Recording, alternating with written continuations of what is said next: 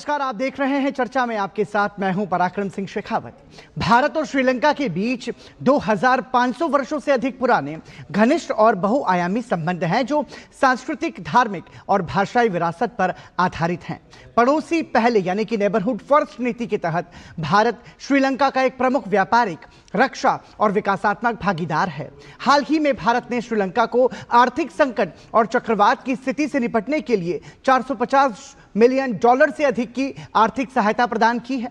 भारत के उपराष्ट्रपति सीपी राधाकृष्णन ने श्रीलंका का 2 दिवसीय दौरा संपन्न किया है। यह किसी भी भारतीय उपराष्ट्रपति की श्रीलंका की पहली आधिकारिक द्विपक्षीय यात्रा थी। इस दौरान उपराष्ट्रपति ने श्रीलंका के राष्ट्रपति अनुरा कुमारा दिसानायके, प्रधानमंत्री डॉक्टर हरिणी अमरासूरिया और भारतीय मूल के तमिल समुदाय के नेताओं से मुलाकात की। उपराष्ट्रपति के श्रीलंका दौरे को दोनों देशों के बीच संबंधों को और मजबूत करने की दिशा में एक महत्वपूर्ण कदम माना जा रहा है। इस दौरान द्विपक्षीय सहयोग के कई मुद्दों पर विस्तृत चर्चा की गई। इनमें व्यापार, निवेश, शिक्षा, सांस्कृतिक आदान प्रदान और क्षेत्रीय सुरक्षा जैसे विषय प्रमुख रहे। इसके अलावा भारतीय समुदाय और प्रवासी भारतीयों से भी उपराष्ट्रपति सीपी राधाकृष्णन ने संवाद किया और उनकी भूमिका की सराहना की। चर्चा में आज समझने की कोशिश भारत श्रीलंका के मजबूत संबंधों के मायनों को, साथ ही जानेंगे कैसे भारत और श्रीलंका मिलकर समृद्ध भविष्य के संकल्प को साकार करेंगे।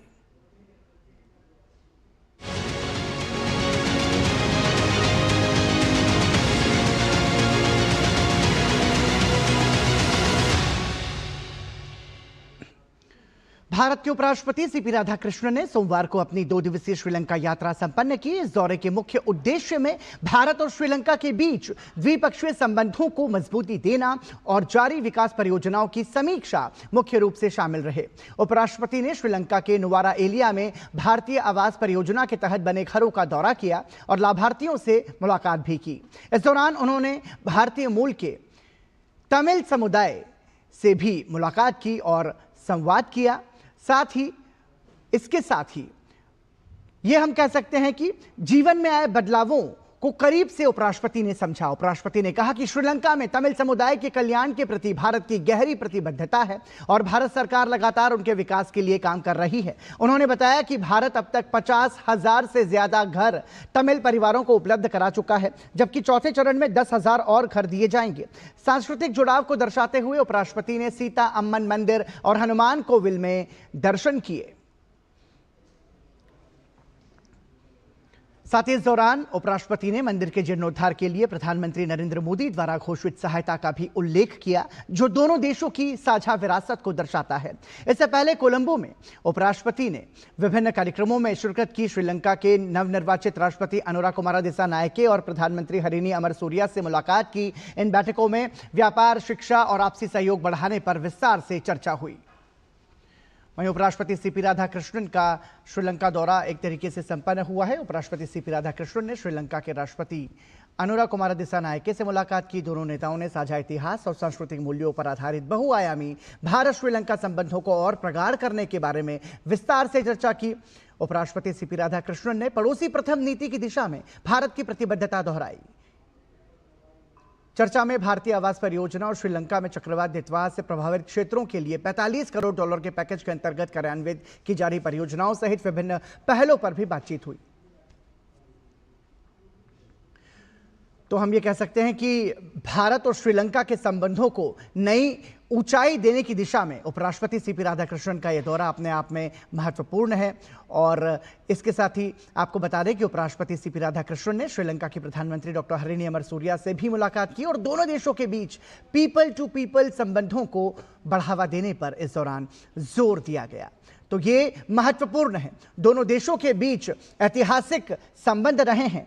साझा सांस्कृतिक विरासत को भी दोनों देश साझा करते हैं और इसके साथ साथ अब एक प्रमुख कूटनीतिक साझेदार देश के रूप में भारत और श्रीलंका की जो दोस्ती है वो नए आयाम गढ़ रही है। निश्चित रूप से उपराष्ट्रपति सीपी राधाकृष्णन का यह दौरा भारत और श्रीलंका के संबंधों को नई ऊंचाइयां देने वाला साबित हुआ है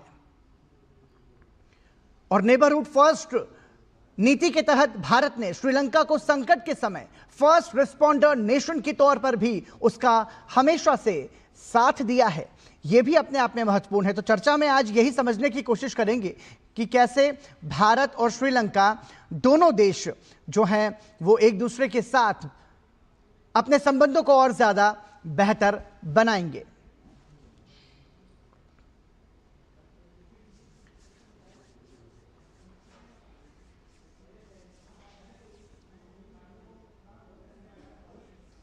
तो चर्चा में भारत और श्रीलंका के संबंधों को समझने की आज कोशिश करेंगे। दो खास मेहमान हमारे साथ जुड़ रहे हैं। हमारे साथ स्टूडियो में मौजूद हैं एम्बेसडर सी राजशेखर। आप फॉर्मर सीनियर डिप्लोमेट हैं। बहुत बहुत स्वागत राजशेखर जी आपका इस चर्चा में हमारे साथ जुड़ने के लिए। चर्चा की शुरुआत में सबसे पहला सवाल तो यही बनता है यहाँ पर राजशेखर जी, उपराष्ट्रपति सीपी राधाकृष्णन का ये जो दौरा है ये भारत के किसी भी उपराष्ट्रपति की पहली श्रीलंका यात्रा थी। कैसे उपराष्ट्रपति का यह दौरा भारत के कूटनीतिक संबंधों को और ज्यादा बेहतर और मजबूत बनाएगा? धन्यवाद। जैसे आपने कहा है ये वो हमारे माननीय उपराष्ट्रपति जी का भारत से पहला विजिट है श्रीलंका के लिए। और श्रीलंका जैसे हमारे महात्मा गांधी जी ने बताया है भारत का निकटतम नियरेस्ट नेबर है, पड़ोस देश है। तो वो एक बात है। दूसरा, हमारे उपराष्ट्रपति हमारे कॉन्स्टिट्यूशनल स्कीम में he is also the honourable chairman of the Rajya Sabha which is the house of council of states. So he also represents the federal representation. And उनकी तरफ से देखें तो ये तमिल कल्चरल तमिलियन पर्सन है, तो उनके लिए भी और भी अफिनिटी वो महसूस करते हैं, क्योंकि श्रीलंका में दो सिनलीज भाई भी है और तमिलियंस भी है। उनके तरफ से तो बहुत ही बड़ी बात है कि राधाकृष्णन जी आए हैं उस श्रीलंका पहले विजिट लेके। और इस जैसे आपने जिक्र किया है, बहुत सारे MOU साइन किए हैं, बहुत सारे अनाउंसमेंट हुए हैं, मगर इन सब का एक सेंट्रल थीम है कि श्रीलंका के प्रति जो हिंदुस्तान की, भारत की जो प्रतिबद्धता है निकटतम पड़ोस देश में, जो neighbourhood first, India follows this policy of neighbourhood first, इसमें श्रीलंका बहुत महत्वपूर्ण रोल है कि इंडियन ओशन रीजन देशों में भी और हमारे दक्षिण एशिया के देशों में भी और निकटतम देश के नाते श्रीलंका के साथ बहुत हमारा गहरा रिश्ता है।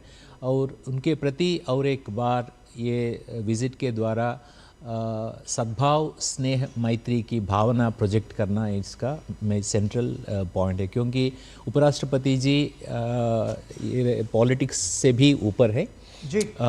जो central signal, central theme is to convey Sri Lanka के प्रति जो भारत के मन में जो है, जो सद्भाव, स्नेह और उनकी प्रगति, उनकी स्थिरता के प्रति प्रतिबद्धता, ये major central theme of the visit.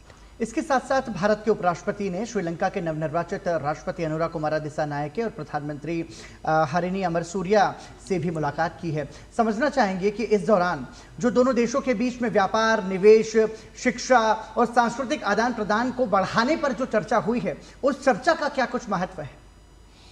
जी, जैसे देखें तो ये कॉन्टेक्स्ट आज के दिन देखें तो दुनिया में बहुत सारा अस्थिरता है, जो अंग्रेजी में बोलते हैं ऊका, vulnerable, uncertain, complex, ambiguous, ambivalent दुनिया है।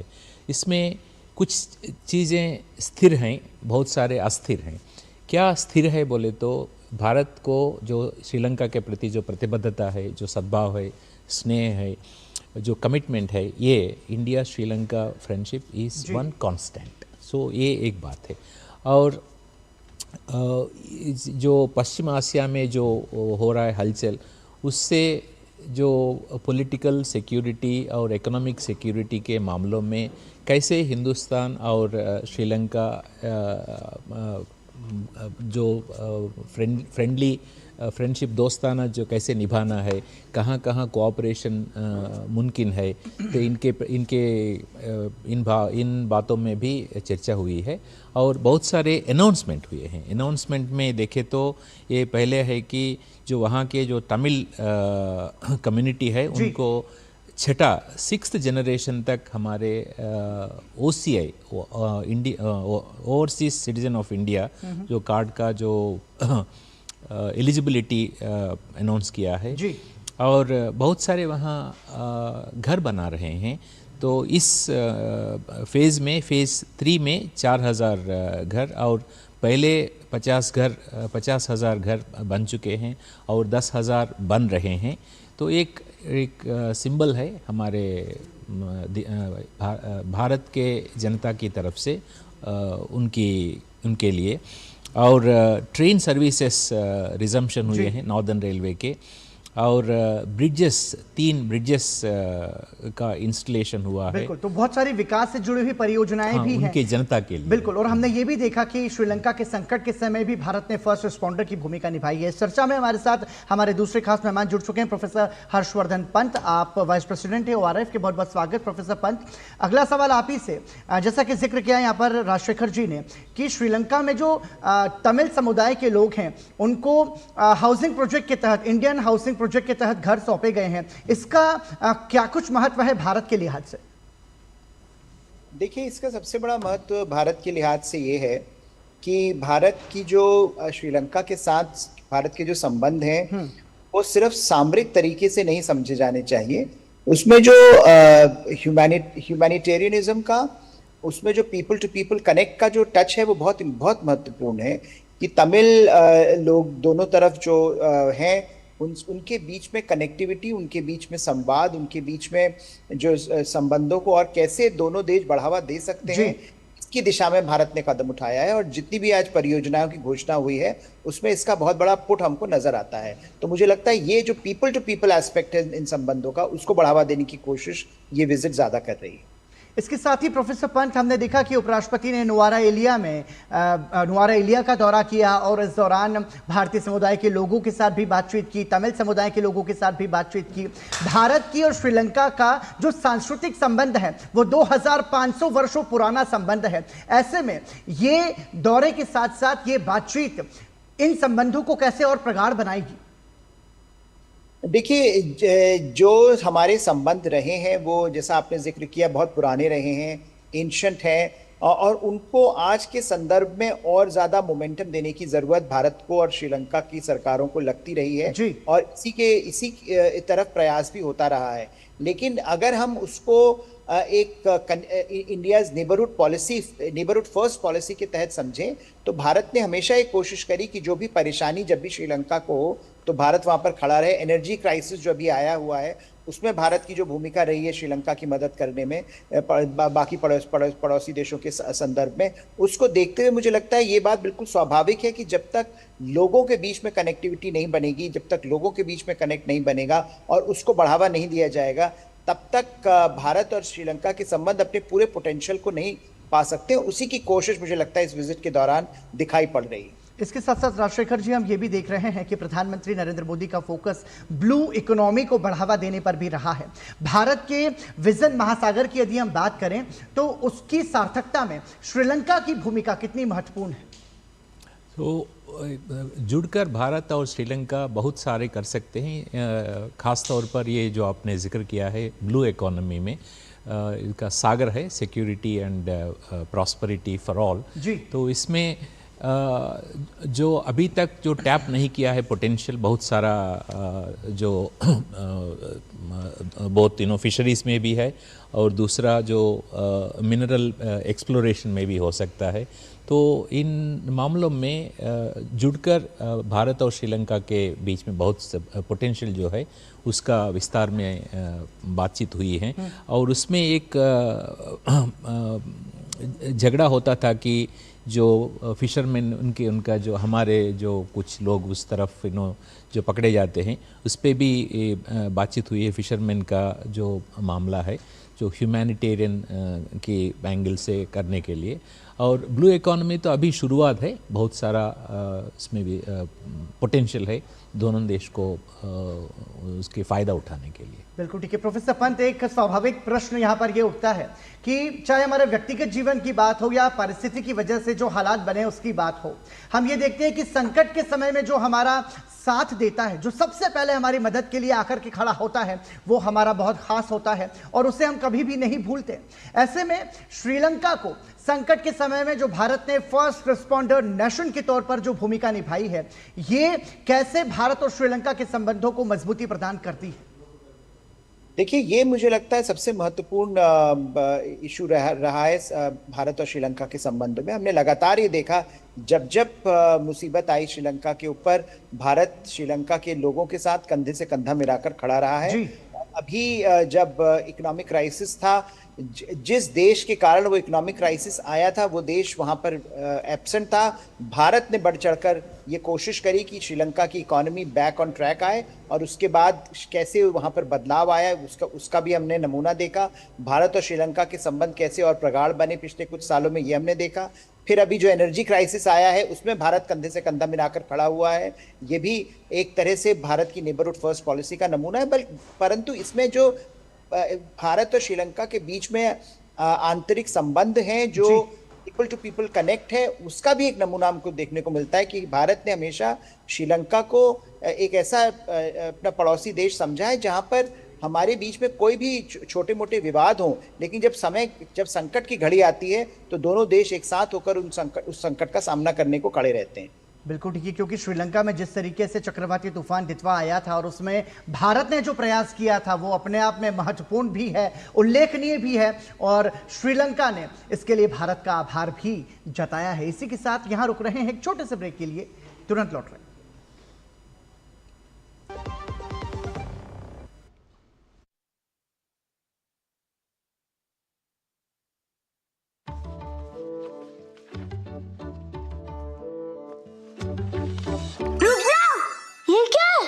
असली नोट? ब्रो, ये फटा है।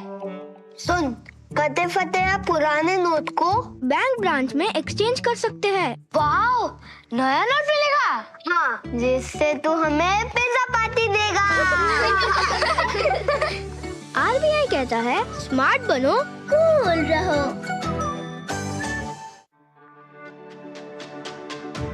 मेरी पसंद, मेरी पसंद,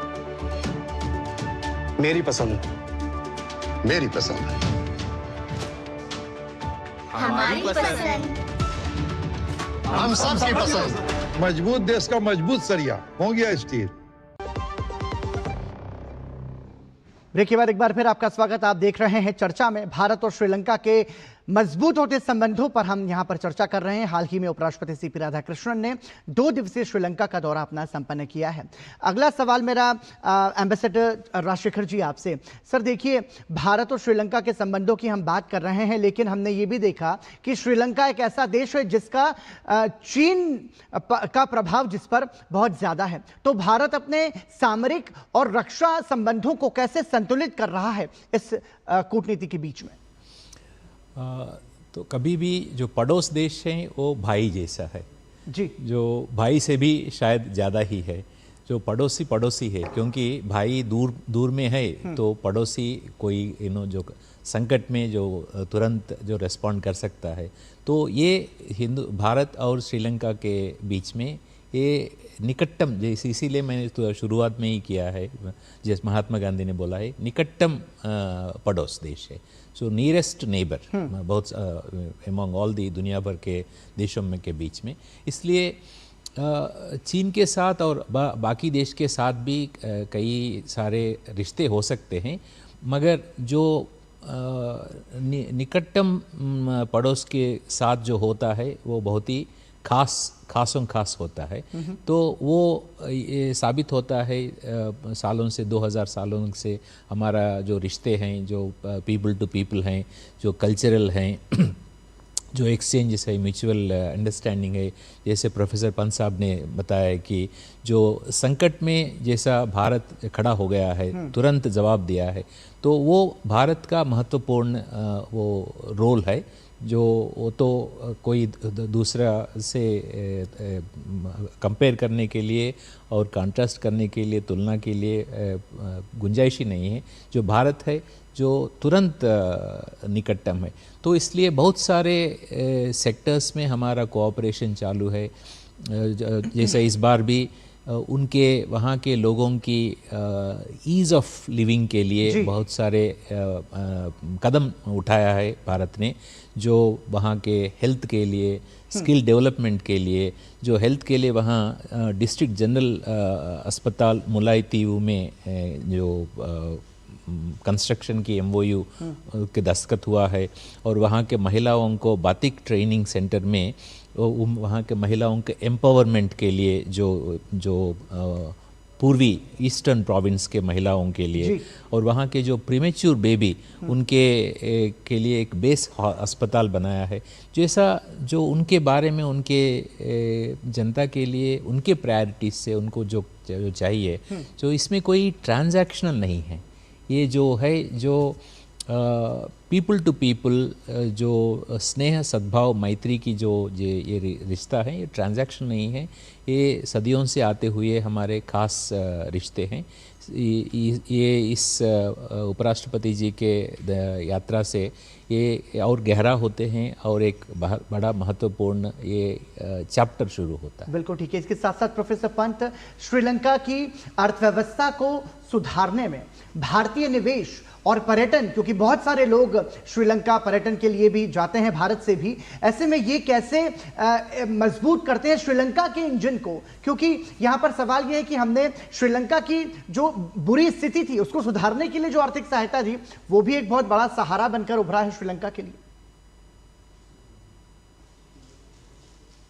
प्रोफेसर पंत, आप सुन पा रहे हैं? जी जी बिल्कुल, आपकी बात बिल्कुल सही है। और जो एक समय बहुत बड़ा संकट आया था श्रीलंका के सामने, आर्थिक संकट था, और ऐसा संकट था जिसमें कि श्रीलंका की जो पॉलिटिकल लीडरशिप थी उस समय की, उसको अपना पद छोड़ना पड़ा था। और एक ऐसा संकट था जिसमें लोग डायरेक्शन मांग रहे थे, और उसमें भारत ने जिस तरह से बढ़ चढ़ कर ये कोशिश करी कि न सिर्फ श्रीलंका की इकोनॉमी ट्रैक पर आए, बल्कि भारत और श्रीलंका के बीच में जिस तरह के आर्थिक संबंध हैं उनको किस तरह से और बढ़ावा मिले और वो एक इंजन बने श्रीलंका की इकोनॉमिक ग्रोथ का, वो मुझे लगता है आज कार्यान्वित होती नजर आ रही है। आपने टूरिज्म का जिक्र किया, टूरिज्म श्रीलंका के लिए बहुत महत्वपूर्ण सोर्स ऑफ रेवेन्यू है, और उसमें ये लगातार कोशिश रही कि दोनों देश लगातार काम करें कि the quality of tourism improve हो, भारत से जो टूरिस्ट जा रहे हैं उनका नंबर्स बढ़े। तो ये मुझे लगता है एक पैकेज डील है जहां पर भारत और श्रीलंका दोनों ही एक दूसरे को अपनी आर्थिक जो ट्रैजेक्टरी है उसमें एक दूसरे का साझेदार मानते हैं, और उसी से दोनों को फायदा हो रहा है।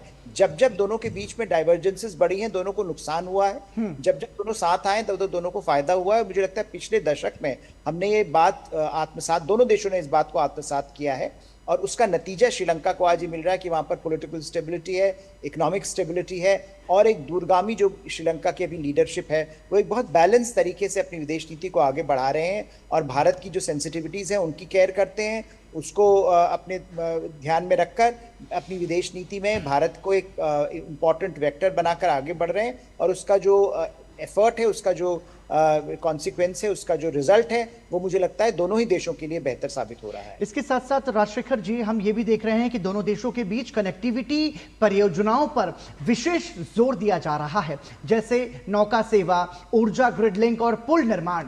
ये कितना ज्यादा महत्वपूर्ण है और आने वाले समय में इसके क्या दूरगामी परिणाम होंगे? ये जो इंफ्रास्ट्रक्चर कनेक्टिविटी का होता है वो दोनों देशों को, दोनों लोगों को, पीपल्स को आपस में नज़दीक लाने का बहुत महत्वपूर्ण भूमिका निभाता है। जो सीधा जो कनेक्टिव जो एयर रूट से भी और शिप से भी और रेलवे से भी जो पहले जो होता था उसको रिवाइव भी कर रहे हैं और उसको सुदृढ़ और फ्रीक्वेंसी बढ़ा रहे हैं, इसलिए ताकि दोनों देश के बीच में ज़्यादा एक्सचेंजेस ट्रैवल हो सके। जैसा प्रोफेसर साहब ने बताया कि टूरिज़्म श्रीलंका के इकोनॉमी में बहुत महत्वपूर्ण भूमिका है। जो हिंदुस्तान के टूरिस्ट ज़्यादा नंबर्स में वहाँ चले तो उनकी इकोनॉमी का भी काफ़ी स्टिमुलस सपोर्ट मिलता है। जो इसलिए कनेक्टिविटी बहुत बड़ा इम्पॉर्टेंट है। हमारे सिविल एविएशन अथॉरिटीज़ भी और शिपिंग अथॉरिटीज़ भी और इंफ्रास्ट्रक्चर इसमें फोकस कर रहे हैं कि ताकि उनको कनेक्शंस बहुत अच्छा कन्वीनियंट फ्रीक्वेंट में। ठीक है, भारत और श्रीलंका के संबंधों का जिक्र यहाँ पर कर रहे हैं हम प्रोफेसर पंत, तो हमने देखा कि रामायण काल से भारत और श्रीलंका का संबंध जुड़ता है, मिलता है। भारत के विरासत के रूप में यदि हम इसे देखें तो कैसे हम इसको समझ सकते हैं, क्योंकि हमारे ये कह सकते हैं कि बौद्ध मंदिर वहाँ पर बहुत सारे हैं, वहाँ पर सीता एलिया नुआरा एलिया में अशोक वाटिका का जिक्र वहाँ पर होता है, सीता मंदिर वहाँ पर बना हुआ है, हनुमान मंदिर वहाँ पर बना हुआ है, हनुमान के पद चिन्ह वहाँ पर हैं। तो ये कैसे भारत और श्रीलंका की सांस्कृतिक विरासत को मजबूती देते हैं? देखिए, सांस्कृतिक विरासत तो इतनी बड़ी है दोनों देशों के बीच में कि उसको मुझे लगता है बहुत समय पहले से भारत और श्रीलंका को केंद्र में रखना चाहिए था।